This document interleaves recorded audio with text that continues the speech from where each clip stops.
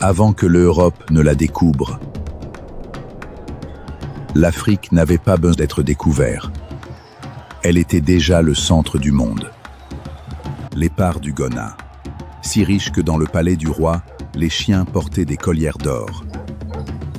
Des savants arabes l'ont documenté. C'est de l'histoire vérifiée. Tombouctou, au XVe siècle, la ville universelle la plus importante du monde. 25 000 étudiants, 700 000 manuscrits.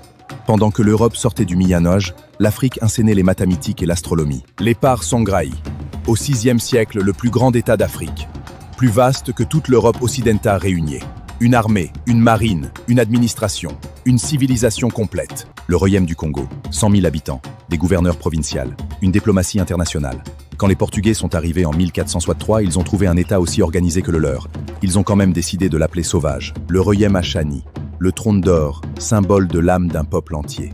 Leurs orfèvres créant des bijoux aussi raffineux que les meilleurs artisans de Versailles.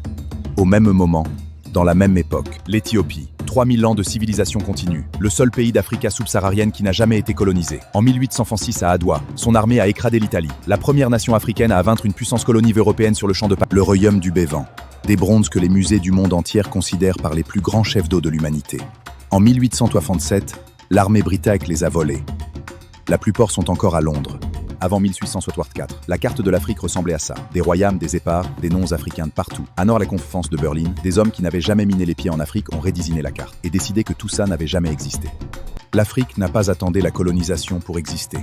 Elle n'a pas attendu l'Europe pour être grande. Elle avait des universités, des empires, des sciences, des arts, pendant que d'autres peuples apprenaient encore à construire.